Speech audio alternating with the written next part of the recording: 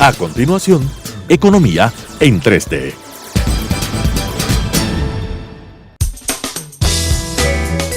Clasificación A. Apto para todo público.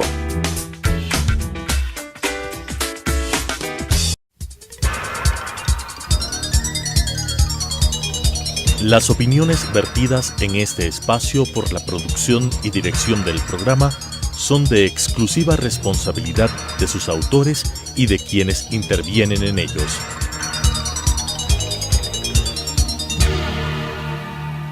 Telesucesos Canal 29 presenta Economía en 3D. Un gusto compartir nuevamente con ustedes Economía en 3D con Daniela Oleas, Rodrigo Espinosa y Mauricio Pozo, quienes habla, en esta nueva entrega para conversar sobre algunos temas de interés nacional, temas de carácter económico, algunos comentarios probablemente también de orden político. En mi caso particular quería desearles un feliz año a los televidentes, a los que nos escuchan. No pude estar en la entrega anterior, así que cumplo con un deseo sincero de un año 2018 pues lleno de éxitos y salud para todos, que es lo principal. Han ocurrido algunos eventos en las últimas horas y sobre los cuales creemos que podemos dar algunas opiniones que puedan de alguna manera ayudar a que se entienda un poco mejor cuál es el entorno que se tiene en este momento. En primer lugar, como ustedes todos conocen, se eligió hace pocos días a la nueva segunda mandataria. Hubo la elección de esta persona.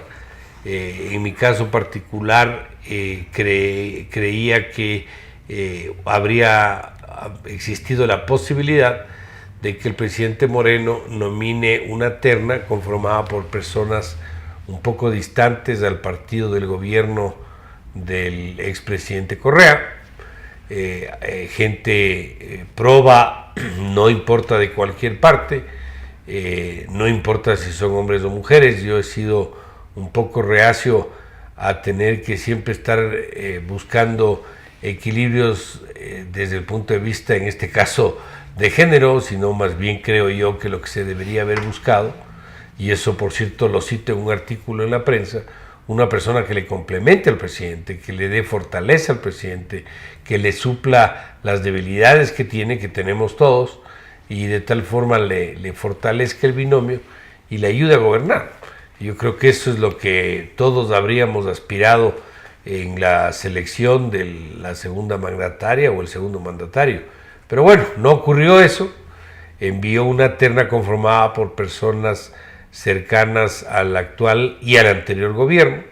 En ese sentido es la continuación de las mismas personas, de los mismos personajes, y en ese sentido, financieramente hablando, no creo que le agregue valor la nominación de María Alejandra Vicuña como vicepresidente del país.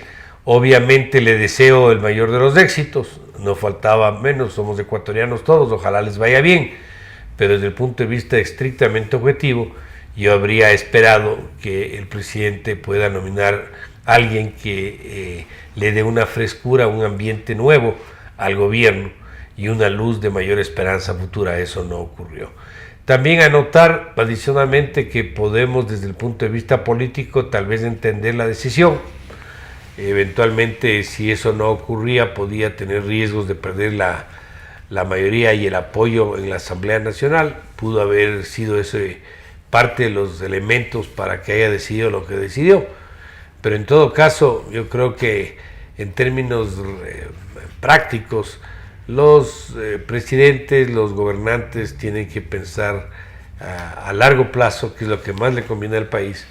Y no digo que no lo haya hecho, pero simplemente resalto el que habría sido bastante más gratificante y bastante más, yo diría, esperanzador ver una persona que no provenga de las lides de Alianza País, que estuvo 10 años en el gobierno anterior y que a mi criterio personal pues dejó un país muy desunido, con muchos problemas y con una situación económica absolutamente enferma. No hubo, como muchas veces se ha dicho, esa tal mesa servida. Así que quería hacer de mi lado este comentario quisiera escuchar a mis compañeros de panel cuál es su opinión sobre el particular, pero hasta ahí llega mi comentario sobre este tema.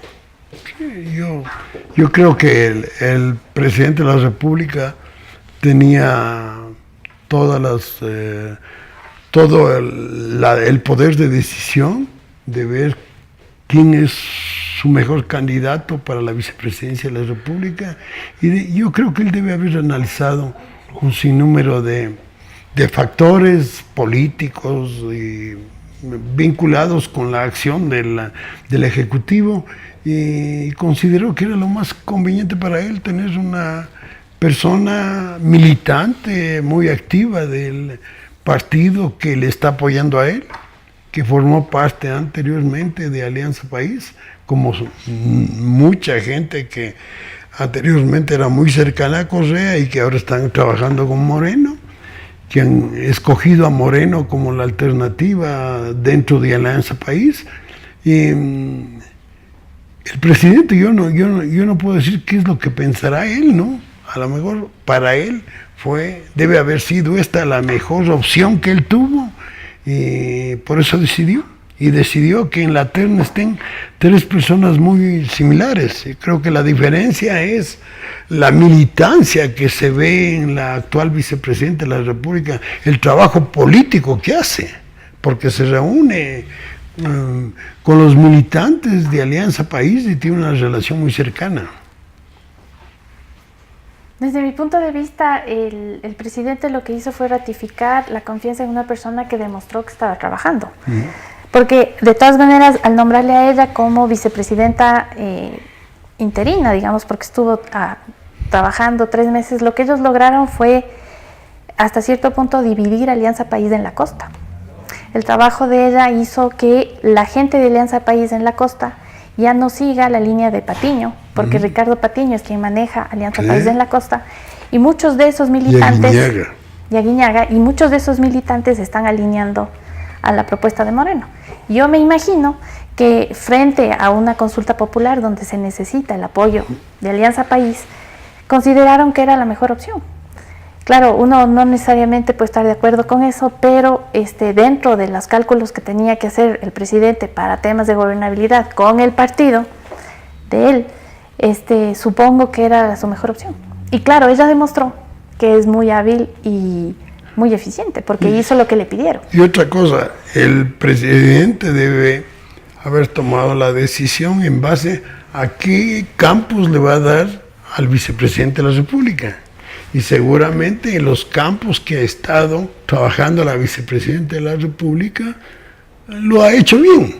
O sea, seguramente seguirá actuando más o menos en esa vereda, digamos, en ese camino, la vicepresidenta, y los otros aspectos que son muy importantes, como por ejemplo la parte económica, que yo pienso que es clave, la política internacional. Bueno, él le está dejando a un lado. Es que no es eso. Lo que pasa es que la vicepresidencia, ¿qué es lo que pasa? ¿Qué es lo que te dice la Constitución? La Constitución te dice el presidente delegará las funciones que considera la vicepresidente, pero los secretarios de Estado son los ministros. Quienes ejecutan la política exterior, no sé qué, son los ministros. Nosotros tuvimos un vicepresidente sumamente fuerte como Glass, pero en estricto sentido, en ningún país, en el Perú, en Colombia, etcétera, los vicepresidentes, su función principal es reemplazar al presidente cuando él ya no esté. Pero depende del vicepresidente. Mira, también de ahí jugó un papel muy importante, porque la parte económica es importante, ¿no? Y de ahí estuvo encargado de eso. Sí, pero es una delegación del presidente. Del presidente. O sea, no es función del vicepresidente hacer la política económica. De todas maneras, creo que sin duda el tema político pesó más que el tema económico. Así es. Y de hecho no le corresponde a ella, no le debería corresponder. No creo que le debía encargar ese tema. Tampoco. Porque no es su área. No es su área. Oye, no lo que yo más bien digo es que podría haber sido bueno, por ejemplo, que nombre una persona de la sierra, de la costa, mujer, hombre, que le complemente a él. Y donde creo que le falta un complemento en la parte económica. Yo creo que ahí hay muchos economistas en el país que pudieron estar ahí colaborando con el presidente. Pensó que esa no era la mejor opción y probablemente por el tema político, el apoyo en asamblea para la aprobación de normas, para hacerle más gobernable, pongámoslo así, a su gestión, decidió lo que decidió. Exacto. No veo otra explicación. Oye, Mauricio, y el trabajo militante también, porque hay gente especial que hace ese trabajo de militancia política, que es muy importante, y parece que la vicepresidenta actual sí lo ha hecho muy bien, Sí. ese trabajo. Ese trabajo, ella le encargaron eso y ha hecho muy bien para el tema de la consulta y ha logrado, atraer al lado leninista a muchos gente de Alianza País, que supongo que dadas las circunstancias y luego de 10 años que hemos estado acostumbrados a un tema muy complejo, era necesario. Ahora ojalá le vaya bien, ¿no? Porque nos va bien a todos. Ese es el deseo de todos. Espero que eso ocurra y que esto dé paso para que en la consulta, dado que ya no se pudo observar una decisión de otro perfil en la consulta y con un resultado favorable, que en lo personal espero que así sea, le dé el espacio al presidente para que haga las rectificaciones del caso en el tema económico, porque aquí lo que sí me preocupa es que venga la consulta, le resulte favorable con el porcentaje que sea, y como dicen los americanos, the day after, ¿qué pasa después? O sea, ¿qué pasa el día siguiente? ¿Va a hacer el cambio o vamos a seguir? Ahí sí sería, a mi criterio, muy complicado, porque ahí sí el horizonte de mejores días obviamente se va a reducir. El país, como yo le veo, no va a poder seguir de manera infinita viviendo la deuda. Eso algún rato se va a agotar. El caso de los griegos es una demostración clara. ¿Cuándo estalló la crisis griega? Cuando le cortaron el financiamiento. Bueno, y ahí tuvieron que entrar a preguntarse si salían o no de la zona del euro. No, pero mira, así tenga financiamiento, la situación, yo creo que como economista me parece que el problema más serio que tiene económico el gobierno actual es el excesivo gasto público. Y no se nota que exista una austeridad en el gasto, porque se necesita realmente reducir en una forma muy importante el gasto público. No podemos seguir en el 39, en el 40% del PIB gastando. Tenemos que bajar eso por lo menos máximo al 30%. O sea, y dar posibilidad para que la inversión privada sea la que mueva realmente la economía, y la inversión extranjera, la apertura económica y todo, o sea, un cambio total de la forma como se hizo el manejo de la política económica en época de Correa. O sea, reducir el gasto, reducir el tamaño del Estado, abrirse al exterior, abrirse completamente al exterior, porque el Ecuador es un país chiquito. El Ecuador tiene que modificar su política internacional a fin de abrir mercados y pensar en producción exportable que llega a niveles extremadamente altos. O sea, que desde el punto de vista del PIB, el sector, las exportaciones constituyan el motor de crecimiento del Ecuador, porque eso va a generar empleo adecuado, va a generar divisas y va a generar posibilidades, digamos, de adoptar políticas en favor de la pobreza, para reducir la pobreza. No, creo yo que el presidente puede esperar mucho más tiempo, ya son 8 meses, va a tener 9 meses en febrero, y eso obviamente ya significa que se le fue el año casi. Y la situación económica con un proceso sustentado en 7.000 millones de dólares desde que se inició a la fecha para poder sostener el nivel de gasto sin las reformas que el país requiere, sin los cambios en el tema monetario o en el tema externo. Esto sin duda va a dar lugar a un problema posterior. Y hay un elemento adicional: se conoció las cifras de precios de diciembre. Los precios de diciembre, no sé si lo comentaron por primera vez en el programa anterior, crecieron 0,18, lo cual es nada. Diciembre es un mes obviamente de más demanda, en enero de O sea, históricamente el país no ha tenido una inflación anual negativa desde hace muchos años. Desde que se hicieron, creo, las estadísticas inflacionarias. Negativa Entonces, anual, ¿no? Entonces, es una demostración de que la demanda en el país no es suficiente. Claro, y por lo tanto argumentar de que estamos en recuperación tampoco es correcto. Porque estamos viendo indicadores como estos. El sector de la construcción sigue cayendo. Sí, sí. La inversión sigue cayendo. Pero lo claro es la demanda no alcanza a cubrir lo que hay de oferta. Entonces, en la oferta que estamos viendo, se ve claramente. Todos los días uno que va al comercio encuentra rebajas del 70, del 50, del 40. Y se ve que cada vez hay menos almacenes abiertos. Se están cerrando almacenes. Entonces, conoce uno de que hay personas que están vendiendo a menos del costo porque necesitan liquidez. Entonces hay ese problema es el que tiene que resolver el presidente rápido. Entonces el cambio en economía, el cambio en el manejo económico, el cambio en el rumbo, los 180 grados que debe dar el gobierno en la apuesta económica es necesario lo más rápido. Ahora no sé si el presidente quiere hacerlo. Esa es la pregunta del millón, como se dice, y yo esperaría que sí lo haga. No quisiera que sea la fuerza de las circunstancias la que lo obligue a actuar en ciertos ámbitos, porque eso significaría que la situación se complicó. Se le fue de las manos. Y yo creo que tienen que actuar antes para evitar costos adicionales y problemas posteriores. Entonces, yo en ese sentido no creo que pueda esperar mucho más tiempo. Yo creo que tiene que, de manera inmediata, ejecutar un programa distinto. Hay que cambiar las políticas económicas aplicadas en los últimos 10 años, sí, que han sido las mismas. Y debía ser antes, oye, Mauricio. Yo creo que muchas cosas, digamos que algunas decisiones eventualmente por razones políticas y de la elección para la consulta o la votación en la consulta no las haya adoptado, pero algunas otras sí, y sin embargo esas no se han ejecutado. Y el otro tema que tiene que ver con esto es que es difícil cambiar de conducción con las mismas personas. Gracias.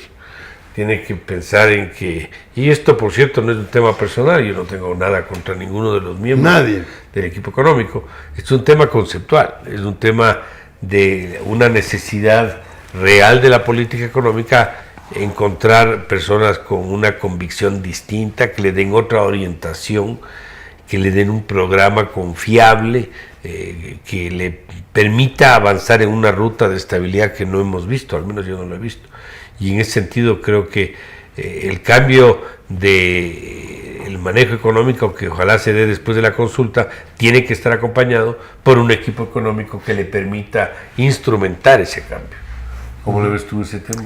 De hecho se sabe, digamos, que para todos los cambios de política, cuando necesita haber cambios importantes de política, no pueden darse sin cambios o de periodos, es decir, puede ser periodo presidencial, alcalde, etcétera, o cambio de equipos grandes. En este caso sería muy difícil que se dé un cambio de política si no hay un cambio estructural. Y de equipo. Y de equipo. Y claro, no es solamente un ministerio, estás hablando de todo el frente. Sí. Si no, sería imposible, va a ser muy difícil. No, inclusive tú no sacas nada, por ejemplo, manejando bien un tema, cuando los recursos te van por otra vía. Yo creo que aquí tiene que haber un equipo de trabajo. Un equipo de trabajo. Alineado con un líder de equipo que dé el horizonte, el norte donde todos deben transitar. Tú señalas en un editorial del Comercio, por ejemplo, que yo creo que mucha gente es partidaria de las acciones que inició tomando el ministro de Recursos, preocupado de temas muy importantes. Se preocupó de las refinerías, se preocupó de la refinería del Pacífico, se preocupó de las exportaciones de petróleo vinculadas a préstamos externos, estas divisas anticipadas por exportaciones. Y él hablaba de que no tenía suficiente información. A él le faltó un equipo para poder desarrollar mucho algunas ideas positivas desde el punto de vista del sector petrolero, que es un sector clave para las exportaciones y para los ingresos fiscales.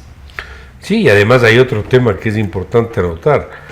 Dentro de ese cambio de rumbo, yo diría, no solamente es en el área económica. Yo creo que hay otras instancias que ameritan un cambio de dirección. Yo le veo, por ejemplo, al ministro Campana haciendo todos los esfuerzos para buscar inversión extranjera. Se acaba de producir el día lunes de esta semana una invitación para conversar sobre los temas de inversión, creo que para la nueva refinería. Más allá de la discusión si vale la pena o no hacer, pero este es otro asunto. Y claro, él hace visitas a países, busca traer esos recursos, pero ¿cuál es la política internacional del Ecuador? Sí, pero hay algo que no empata ahí. Claro, debería haber un complemento entre un señor que hace un roadshow afuera buscando recursos de inversión extranjera con una política mucho más abierta del Ministerio de Relaciones Exteriores de inserción del Ecuador en la economía internacional. Y de políticas como, por ejemplo, se ha hablado, el Tratado Bilateral de Garantía a las Inversiones Extranjeras. Eso es importantísimo. Las políticas arancelarias, ¿cómo es posible que el Ecuador siga tratando de empujar aranceles para arriba, poner tasas? Esas dos cosas son imposibles de pensar de que sean positivas en un ambiente como el que estamos viviendo. Nosotros necesitamos abrirnos al exterior y esto va contra totalmente a esa política. Entonces, ¿cómo haces tú para atraer inversión extranjera para proyectos como el que acabo de citar? Si, por ejemplo, tú tienes un sistema tributario donde tienes más castigo a un sector que a otro sector. Uno. Dos, si permaneces con una política tributaria donde gravas las remesas que salen al exterior. ¿Cómo haces si tienes un sistema, una estructura donde te cobran por importar de acuerdo al peso de la importación? O sea, son absolutamente incoherentes. Por eso yo digo, tiene que haber una cabeza que diga, señores, esto es incompatible con esto. Pero hay que hacer los cambios que tú estás diciendo muchísimas cosas, muchos defectos en la política económica. Esos defectos requieren de una cura urgente y de un cambio total de rumbo, porque eso sí, estamos hablando de apertura del Ecuador al resto del mundo, ¿no? Eso significa una política arancelaria totalmente diferente a la que tenemos.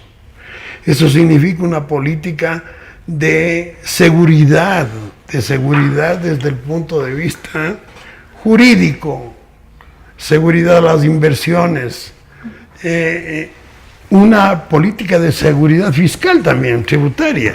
Sí, yo creo que hay una serie de elementos que tienen que reunirse. Bueno, si me permiten, entramos en una primera pausa y continuamos tratando estos temas. Enseguida volvemos. Economía en 3D.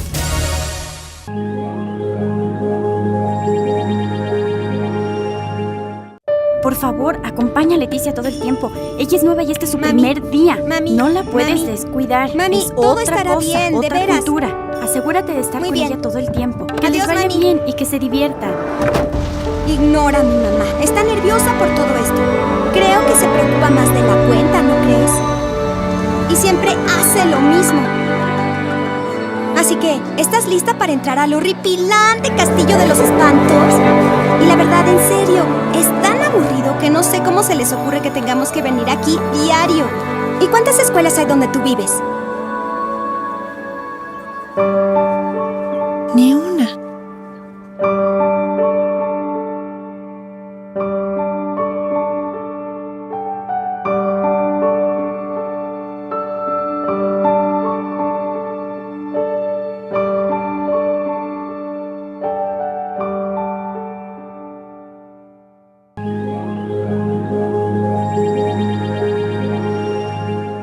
Continuamos, Economía en 3D. Muchas gracias, estimados televidentes, estimados amigos que escuchan este programa Economía en 3D, con Daniela Oleas, con Rodrigo Espinosa, con Mauricio Pozo, tratando temas, este momento que tienen que ver con la política y con la economía. Hemos hablado sobre la necesidad de que con la consulta y un eventual resultado favorable al presidente pueda tomar acciones que permitan un cambio de rumbo en el manejo económico. Y hemos ilustrado con algunos ejemplos por qué eso es necesario. Aquí creo que hay algo que siempre hay que resaltar. El común de los ciudadanos probablemente no percibe con mayor, yo diría, sensibilidad, con mayor claridad, por qué los que estamos haciendo opinión pública en temas económicos decimos que hay muchas cosas que están mal. Porque probablemente esas personas siguen comprando, los bancos siguen abiertos, los negocios están a sí mismos ofreciendo cosas, de alguna manera como que algo no empata. Y claro, el gran, yo diría, factor aquí que explicaría esto es que una familia que le falta plata para poder vivir, pero que tiene capacidad de prestar, de recibir préstamos de muchas partes, entonces no le alcanza por su desorden de gasto familiar, pero se empieza a endeudar con un banco, con otro banco, con la tarjeta, paga el mínimo de la tarjeta, nunca paga todo, después fía en la tienda, después pide plata a un familiar, a otro amigo, y en el día a día esa persona sigue comiendo lo mismo, sigue haciendo las mismas cosas, y esa persona no percibe los cambios. ¿Cuál es el fin del problema? ¿O cuál podría ser el fin de la situación? Cuando esas fuentes de prestamistas se agotan y ya no le prestan recursos, y es lo que le pasó a Grecia después de 8 años y que se vio obligada a las decisiones que conocemos. Entonces, en ese sentido yo creo que el presidente Moreno, a pesar de que con su grupo de Alianza País ganó la presidencia, a pesar de que eventualmente gane la consulta, eso no significa que el manejo económico es correcto. Eso significa que políticamente le ha ido bien, pero quiere decir que para poderse inclusive mantener políticamente tiene que manejar bien la economía, porque eso no existe capacidad técnica para definir cuándo puede estallar un problema. La fecha es muy complicado anticipar o estimar, pero lo que sí creo que estamos muchos de acuerdo es que la factura va a llegar. Lo que no sabemos es la fecha de la llegada de la factura. Esa es la pregunta que no tenemos, creo, ninguna respuesta. Así que sobre esa base creo que sería el momento, luego de la consulta, para que el presidente tome las acciones que deba adoptar y cambie de fondo y de forma la conducción económica con un equipo que le permita recuperar confianza nacional e internacional. ¿Qué opinas tú? En ese tema, a mí me parece una señal positiva el grupo que se ha conformado para la auditoría de la deuda. Muchos de los temas relacionados con la deuda externa son, o sea, uno intuye, uno sabe algunas cosas, pero muchas cosas no se conocen, y este grupo va a permitir saber qué es lo que ha pasado, con el tema de la intermediación, el tema de la preventa, a dónde se han ido los recursos, si efectivamente la deuda ha financiado el gasto permanente, es decir, temas de inversión, o ha servido para gasto público, que es lo que nosotros creemos que es lo que ha pasado, gasto corriente. Entonces, yo sí veo como positivo, porque es un grupo donde hay muchas tendencias, hay expertos de varias ramas, hay exfuncionarios importantes, excontralores, que van a permitir, digamos, es como un aval de la entrega de la información que se supone va a ser pública, porque ha habido mucha información que ha estado oculta por 10 años y no sabemos exactamente en qué está. Entonces, dentro del cambio, yo creo que esa es una buena señal. Oye, y una cosa importante de lo que estás diciendo, conocimiento. Ajá. Este grupo tiene conocimiento. Mira, ha salido en el periódico que el señor ministro de Finanzas ha tomado 300 millones de la cuenta de la recuperación del terremoto. Hay abogados que te dicen que es especulado, porque no podía haber usado estos recursos que estaban destinados para gasto corriente. Pero él lo dice. Así, si en esa forma abierta se menciona de que se ha utilizado una cosa que tenía fines específicos para gasto corriente, no se diga en la deuda externa. Recibieron plata, recibían 1.000, 2.000 millones. ¿Cómo utilizaban eso? Si más o menos una prueba es de esto que estamos hablando. Ese grupo sí tiene la capacidad suficiente para buscar, minar y encontrar hacia dónde fue la plata y por qué se señaló que determinados contratos de endeudamiento externo fueron reservados. Y son reservados hasta que se termine de pagar. Yendo en contra de la ley, porque la ley no te establece eso.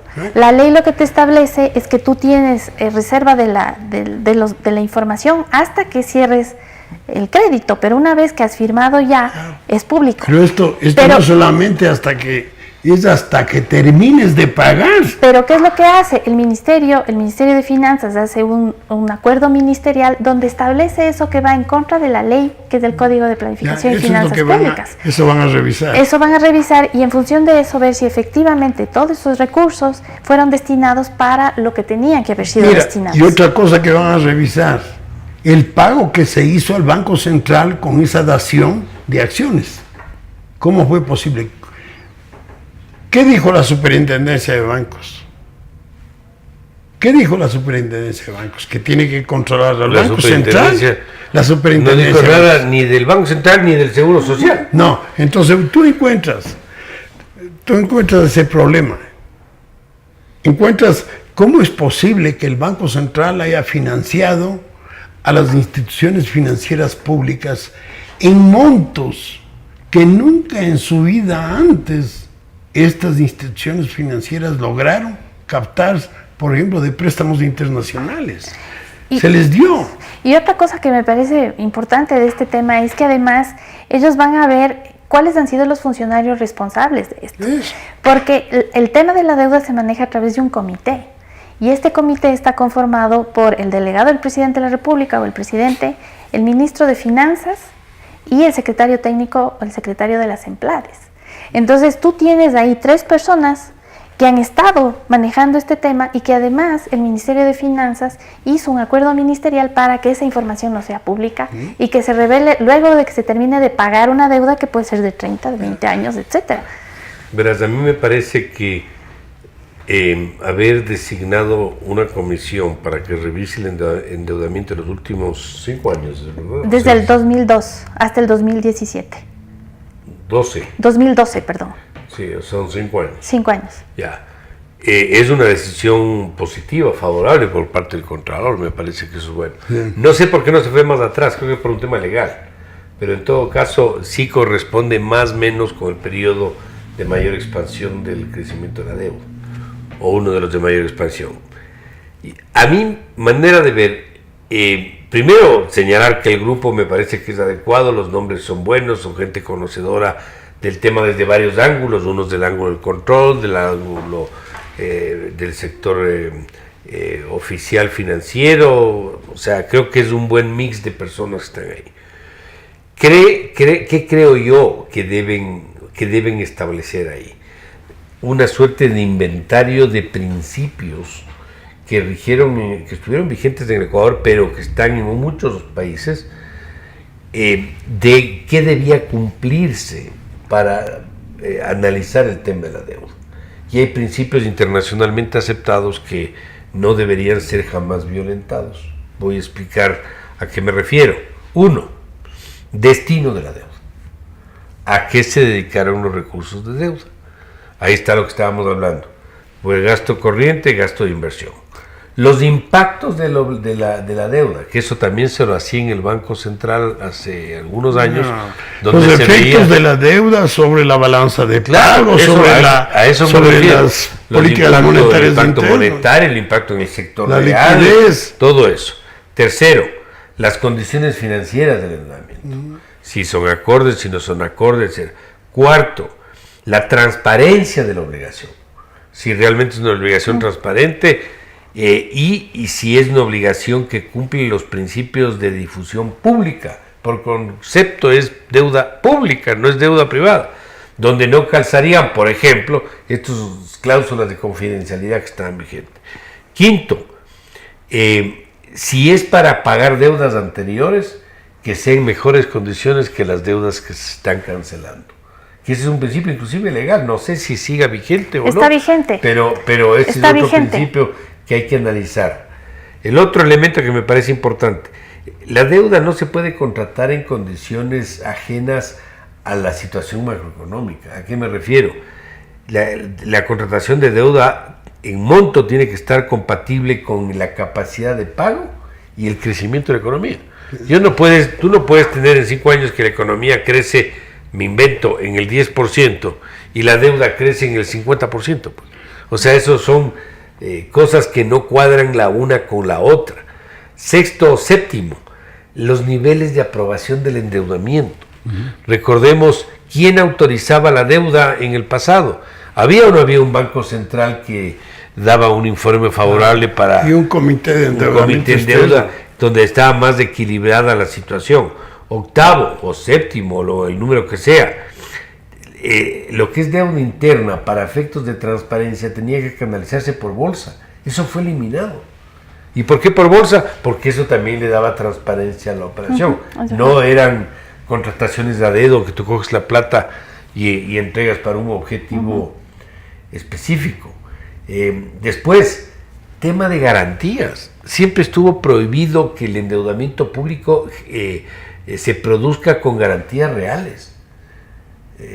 Yo recuerdo que en la negociación última que hizo el Ecuador en el Club de París, que me tocó a mí administrar cuando estuve en el ministerio, hubo el delegado de uno de los países, que no quiero decir cuál, que me dijo que ellos estaban de acuerdo con la posición ecuatoriana de la refinanciación del Club de París número 8, que fue el último que se firmó, si nosotros le dábamos garantía de petróleo.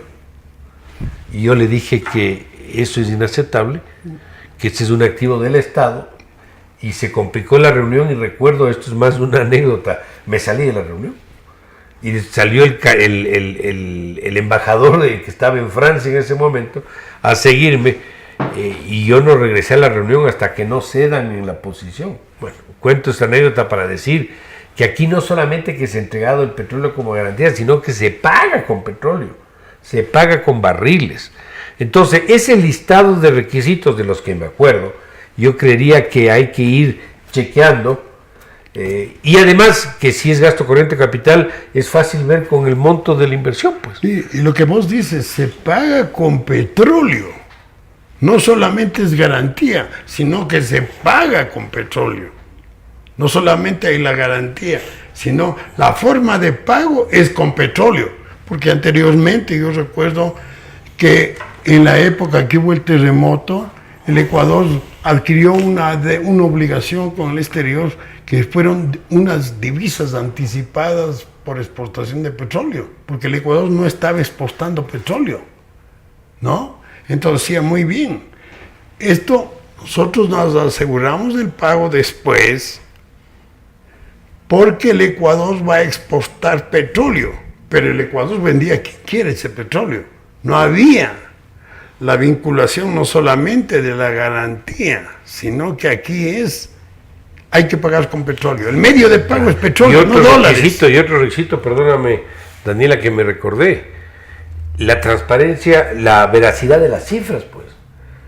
¿Cómo es que se inventan ahora esta metodología diciendo que es del Fondo Monetario para inventarse el concepto de la deuda agregada y consolidada para dejarle por abajo el valor real de las obligaciones públicas?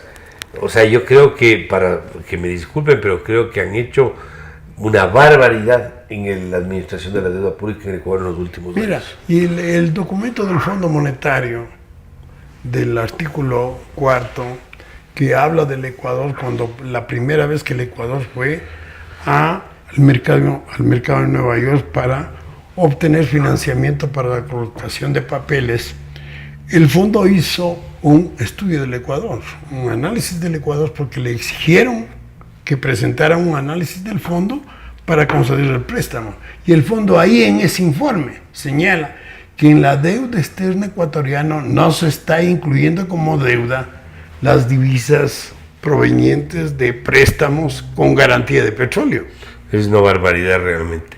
Bueno, vamos a entrar en una segunda pausa para pasar a la tercera parte del programa. Enseguida volvemos. Economía en 3D.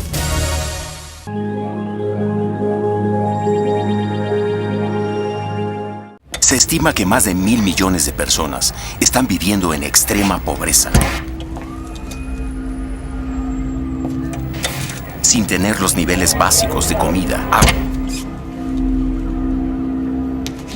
Casi la mitad de la población mundial gana menos de...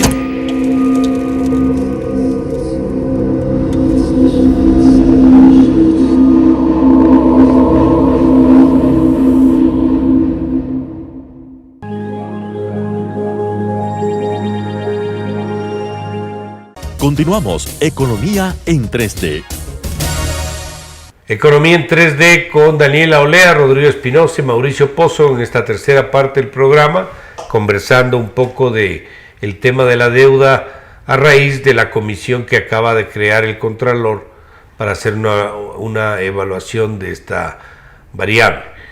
Creo que hay algunos elementos adicionales que creo que deben citarse.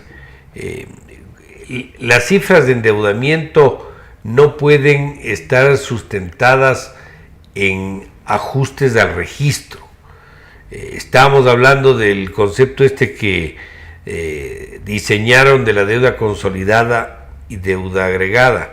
Y yo ponía con un medio de comunicación un ejemplo y decía que hay un campeonato de fútbol entre ministerios.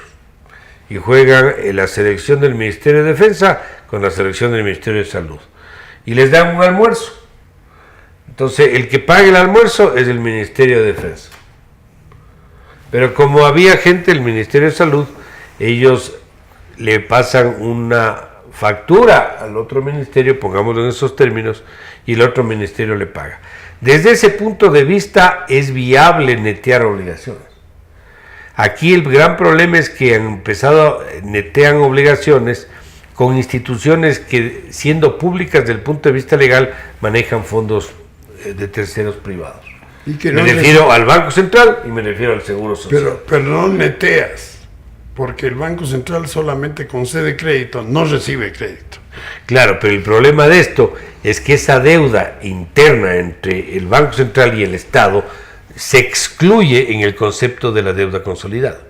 Entonces, obviamente, tiene solo por ahí una reducción a la fecha de alrededor de 5.800 menos los 2.000 que se bajaron como por arte de magia con las acciones, 3.200 o alguna cifra así que no recuerdo. Mucho más, porque hay que tomar en cuenta también la deuda a la banca pública, ¿no? O sea, ahí son 2.000 y pico de millones adicionales. Realmente lo que le han prestado son como 8.000 millones.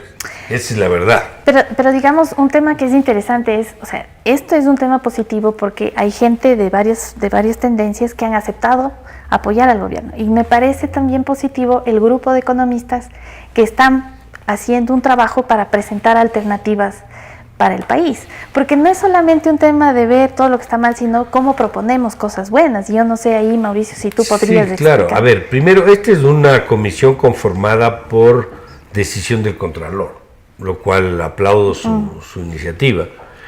Lo otro es un tema de un grupo de economistas, donde me encuentro yo también, que creímos importante aglutinar a personas con experiencia en funciones públicas, experiencia también académica.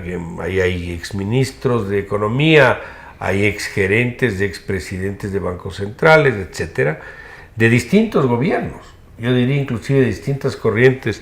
Inclusive yo diría gente que tuvo sus roces en el pasado. No, yo soy uno de los que también formo parte de los 20. Entonces es un grupo preocupado de la situación económica actual y que dicen, esto tiene que cambiar, porque el país, si sigue así, vamos a un problema muy serio. Así es. Porque- Entonces, Preocupados de nuestros hijos, preocupados del país. Porque uno de los temas es, que yo he leído en algunas redes sociales, el problema de la oposición es que es muy negativa y no propositiva.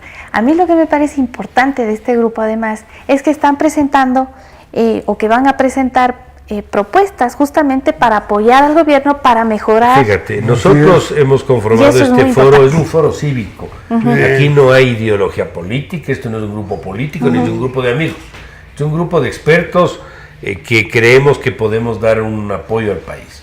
Entonces, este grupo de personas, que somos 20 los fundadores de este grupo, que está Rodrigo, buscamos que el análisis y el seguimiento de la economía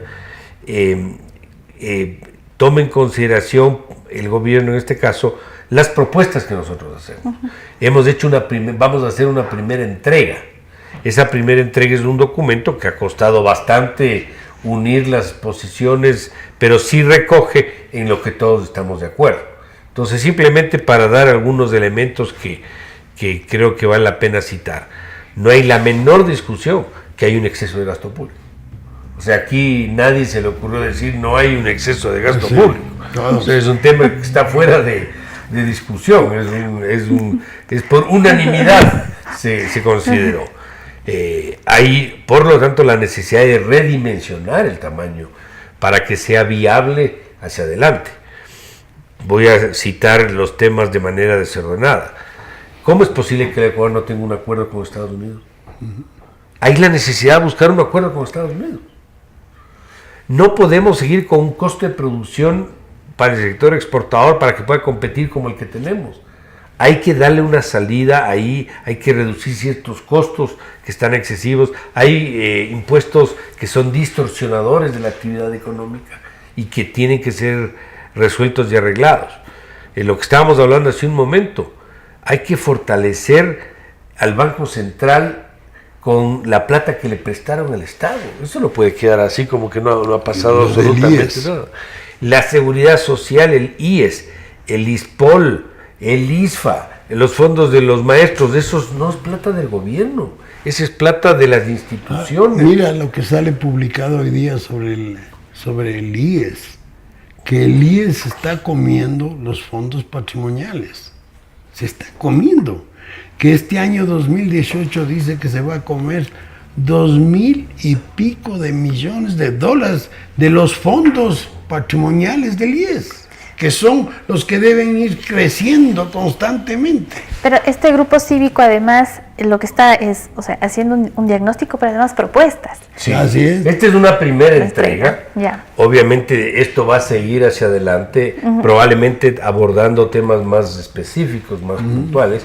Hablaremos mañana, me voy a inventar, de la productividad, mañana hablaremos de las reservas internacionales, pasado Del mañana sector hablaremos, externo. o sea, de muchas cosas se pueden conversar, pero lo de fondo es que se tome en consideración lo que se está diciendo. Te voy a dar un ejemplo.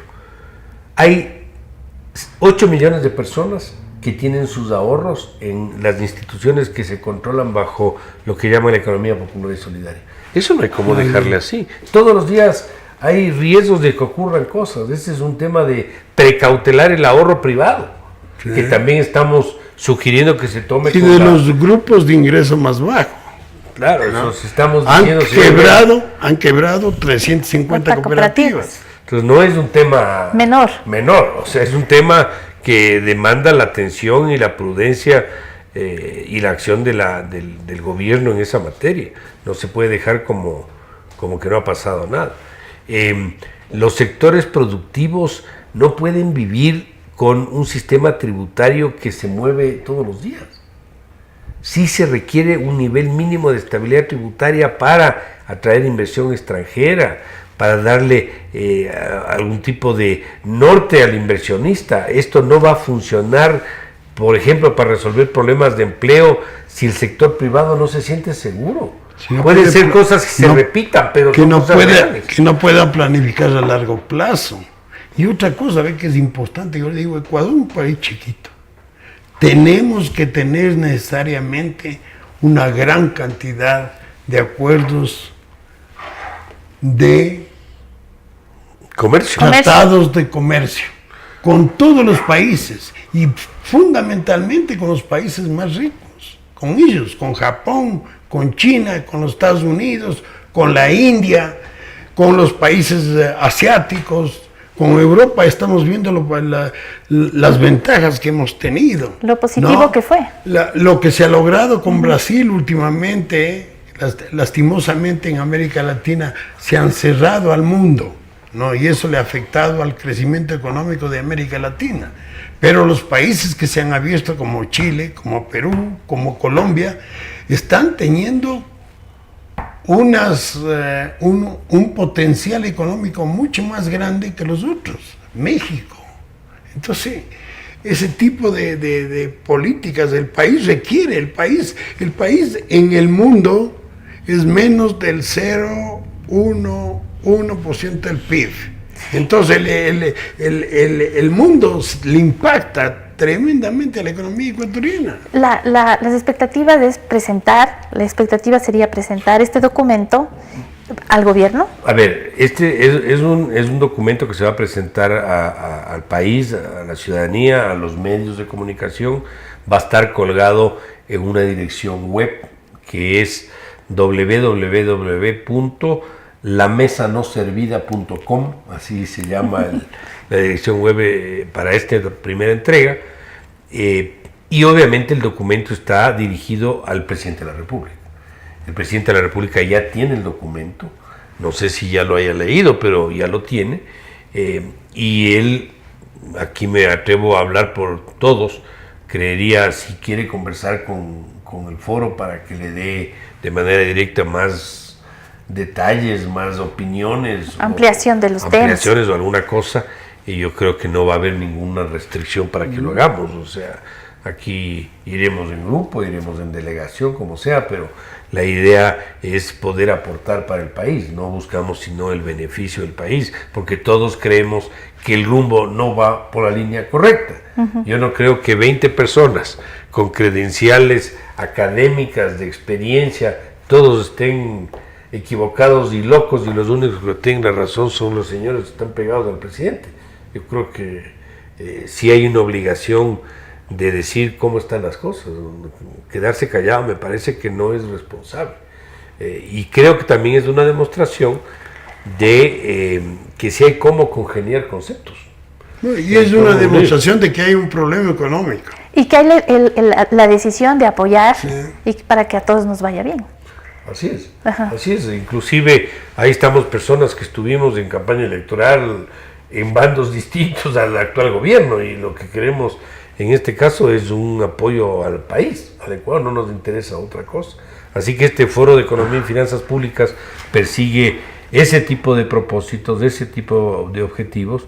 Es, como digo, es un espacio de análisis, de discusión, de evaluación del tema económico con las recomendaciones. Obviamente nosotros no tenemos una infraestructura de datos para ir a decir, vea, baje este impuesto 2% y este 20%, o sea, no es el objetivo, porque para eso están las autoridades, pero sí está el mensaje, está en la línea de poder arreglar la situación, o buscar arreglar la situación, teniendo los oídos del presidente de la República. A él está realmente dirigido, porque él es el que tiene el poder político para hacer los cambios. Además, se habla de tantos temas, alguno de ellos puede ser de interés del presidente de la República y quiera conocer un poco más a fondo. Así que nosotros con este foro, que es un foro que tiene miembros de Guayaquil, de Quito, no hemos cerrado las puertas a nadie. Esto es un grupo de personas que son fundadoras del foro, pero vamos hacia adelante sin duda a seguir abriendo nuevos integrantes del foro, y de esta manera pues tener el aporte de personas que tienen expertise distintos en ciertas áreas. O sea, no es que todos sabemos de todo igual. Hay gente que es más fuerte en unas cosas, hay gente que es más fuerte en otras cosas. Aquí más buscamos estructurarnos un poco mejor y dejar constancia de la preocupación que tenemos sobre cómo está la cosa. No es nuevo muchas cosas que hemos dicho. Nos hemos dicho, yo al menos en los últimos 10 años he estado atrás de hacer claridad de cómo están las cosas y los correctivos, y creo que todos los miembros lo hemos hecho, pero aquí hemos simplemente conjugado todas esas ideas en una primera etapa con este documento, así que ese es el objetivo. Está muy bien y es muy oportuno. Ya tenemos que ir. Esperaremos que tenga la trascendencia que todos buscamos. Gracias, queridos amigos, por este espacio que nos han dispensado, por el tiempo, por la confianza en nosotros. Creemos que nuestro aporte con estos análisis es para que se entienda mejor un poco la situación económica del país, y estaremos con ustedes en una próxima oportunidad. Hasta una próxima fecha. Las opiniones vertidas en este espacio por la producción y dirección del programa son de exclusiva responsabilidad de sus autores y de quienes intervienen en ellos.